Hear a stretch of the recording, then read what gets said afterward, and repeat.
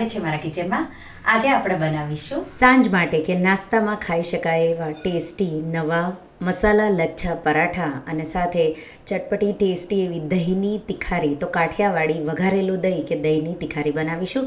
જો તમને મારી રેસિપીઓ ગમતી હોય અને હજુ સુધી ચેનલને સબસ્ક્રાઈબ ન કર્યું હોય તો સબસ્ક્રાઈબ કરજો અને બાજુમાં આપેલી ઘંટી દબાવજો એટલે નવી નવી રેસિપીના નોટિફિકેશન આવે। તો ચાલો બનાવીએ। તો એના માટે એક બાઉલમાં 2 કપ ઘઉંનો લોટ લેશું। આ રેસિપીથી 6 લચ્છા પરાઠા તો મીડિયમ નાના એવા બનશે। તો 2 કપ ઘઉંનો લોટ સાથે એમાં 1 ટીસ્પૂન જેટલું મીઠું કે પછી સ્વાદ પ્રમાણે બધી સામગ્રીઓને એકદમ સારી રીતે મિક્સ કરી દઈશું। અને હું આમાં મોણ નથી ઉમેરી રહી, આપણે ઉપરથી ઘી વાપરીશું એટલા માટે। તો હવે આપણે થોડું થોડું પાણી ઉમેરી રોટલીનો જેવો લોટ હોય એવો લોટ બાંધી લઈશું।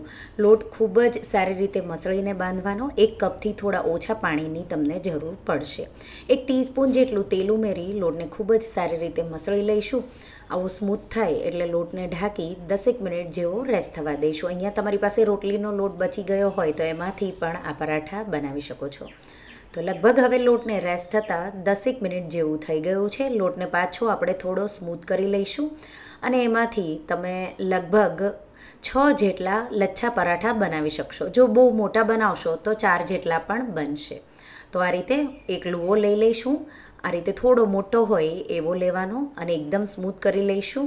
અને મેં પાટલી લઈ લીધી છે, સૂકો લોટ લગાવી દઈશું અને આ રીતે મોટી રોટલી જેટલી બને એટલી મોટી રોટલી વણી લઈશું। તો આ રીતે જેટલો સૂકો લોટની જરૂર પડે એટલો લોટ લઈ અને પાતળી મોટી રોટલી વણી લેવાની।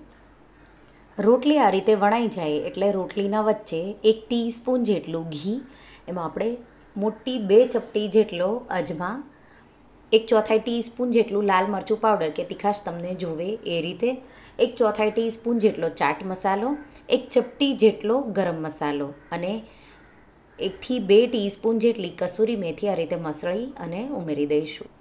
અને હવે આપણે આ રીતે ઘી અને મસાલાને મિક્સ કરી પૂરી રોટલી પર ફેલાવવાનું છે। તો આંગળીઓના મદદથી હળવા હાથે આ રીતે તમારે પૂરી રોટલી કવર થાય એ રીતે ફેલાવી દેવાનું। તો આ રીતે પૂરી રોટલી પર મેં ફેલાવી દીધું છે અને હવે ઉપરથી 1 ટેબલસ્પૂન જેટલા લીલા ધાણા આ રીતે પાથરી દઈશું અને હવે આ રીતે આપણે એને ફોલ્ડ કરીશું। તો 1 ઇંચ જેટલી રોટલી હાથમાં લઈ ફોલ્ડ કરવાની, પાછું તમારે 1 ઇંચ જેટલું હાથમાં લઈ ફોલ્ડ કરવાનું। તો આ રીતે જેમ આપણે પાટલી પાડતા હોય એ રીતે તમારે આ રીતે રોટલીને પાટલી પાડવાની। આ રીતે હવે આ રીતે એને ઊભું કરી અને તમારે થોડું એને હળવા હાથે પ્રેસ કરી અને આ રીતે બોર્ડર થોડી તમારે આ રોટલીને ખેંચવાની।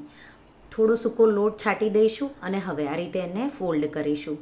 તો અંદરથી બહાર આ રીતે તમારે ફેરવી અને રોલ કરવાનો અને પાછળ જે બચેલો ભાગ છે એને આ રીતે તમારે સાઈડ ચેન્જ કરી અને ટક કરી દેવાનું। તો આ રીતે લુઓ તૈયાર છે। આ જ રીતે આપણે બીજા બધા લુવા પણ તૈયાર કરવાના છે। અને હવે વણતા ટાઈમે તમારે ખાસ ધ્યાન રાખવાનું છે, તો સૂકો લોટ લગાવી અને એકદમ હળવા હાથે વણવાનું છે। તો આ રીતે બહુ વધારે પ્રેસ કરશો તો જો પરાઠું શેકાઈ જશે પછી લેયર અલગ નહીં થાય, એટલે તમારે એ ધ્યાન રાખવાનું છે। તો આ રીતે બહુ સિમ્પલ એવું છે પણ ખાવામાં બહુ ટેસ્ટી લેયર એના આવશે એટલે જે મસાલો આપણે સ્ટફ કર્યો છે એ ખાવામાં બહુ ટેસ્ટી એવો લાગશે। તો આ રીતે મેં પરાઠું વણી લીધું છે અને એ જ રીતે આપણે બીજી રોટલી વણી અને આમાં હું થોડો મસાલો છે એ ફેલાવીને નાખીશ। તો પહેલાં આપણે ઘી ઉમેરી અને આ રીતે પૂરી રોટલી પર લગાવી દેવાનું અને હવે ઉપરથી ગરમ મસાલો છાંટીશું, લાલ મરચું પાવડર, તો બધું સ્વાદ પ્રમાણે બાળકોને લંચ બોક્સમાં આપવાના હોય તો એ રીતે તમારે બધું ઉમેરવાનું। 1 થી 2 ચપટી જેટલો અજમો, 1/4 ટીસ્પૂન જેટલો ચાટ મસાલો જરૂરી છે, એનાથી બહુ સારો એવો ટેસ્ટ આવશે। 1 થી 2 ટીસ્પૂન જેટલી કસૂરી મેથી આ રીતે મસળીને ઉમેરીશું અને હવે આંગળીઓના મદદથી એકદમ સારી રીતે કિનારીઓ આવે એ રીતે ફેલાવી દઈશું। તો આ બીજી રીતે પણ તમે લગાવી શકો છો।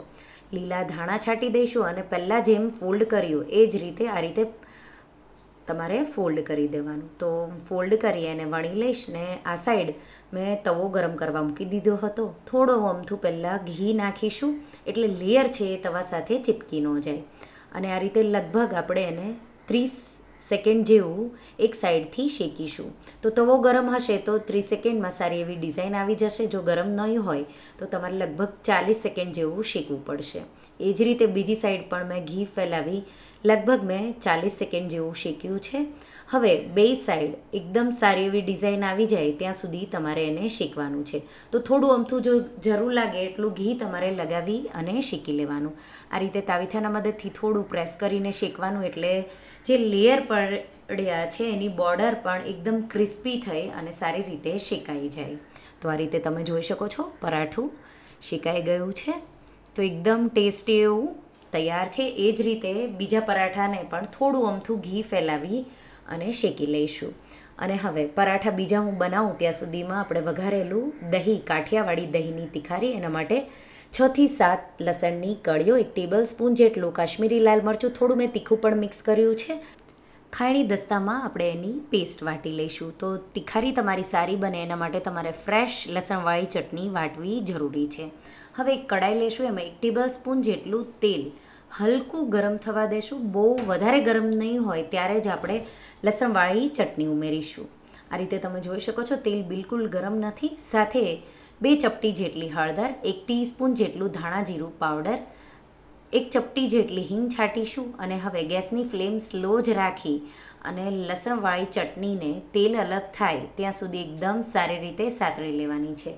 લગભગ 2 થી 3 મિનિટ જેવું સ્લો ફ્લેમ પર લાગશે અને સતત તમારે એને હલાવવું પડશે. તો આ રીતે તો તમે જોઈ શકો છો હવે તેલ આ રીતે અલગ થઈ ગયું છે. આપણે એમાં થોડા લીલા ધાણા ઉમેરી દઈશું. તો આ રીતે તેલ અલગ થાય પછી જ તમારે લીલા ધાણા ઉમેરવાના છે. અને અડધી ટીસ્પૂનથી થોડું ઉપર મીઠું. તો દહીં તમારું કેટલું છે એ પ્રમાણે મીઠું તમારે ઉમેરવાનું. પાછું આપણે થોડું તેલ અલગ થવા દઈશું. આ રીતે તેલ અલગ થઈ જાય એટલે મેં 1 કપ જેટલું દહીં, તો દહીં બહુ ખાટું પણ નહીં અને એકદમ મોડું પણ નહીં, એવું મીડિયમ લેવાનું. અને આ રીતે તેલ અલગ થઈ જાય એટલે ગેસની આંચ બંધ કરી અને દહીંને થોડું તમારે ફેટી લેવાનું. તો ચમચીના મદદથી થોડું ફેટી સ્મૂથ કરી અને ગેસ બંધ કરેલો હોય ત્યારે જ લસણવાળી જે ચટણી આપણે સાતળી એમાં દહીં ઉમેરી દઈશું, મિક્સ કરી દઈશું. એક જ દિશામાં મિક્સ કરવું જરૂરી છે અને ગેસ બંધ કરવો પણ જરૂરી છે. લીલા ધાણા ઉમેરી દઈશું અને એકદમ સારી રીતે પાછું થોડું મિક્સ કરી દઈશું. અને હવે થોડી જ વારમાં તેલ છે એ બધું જ ઉપર આવી જશે જેટલું આપણે ઉમેર્યું એટલું. તો તમે જોઈ શકો છો દહીંની તિખારી કે વઘારેલું દહીં આપણું તૈયાર છે.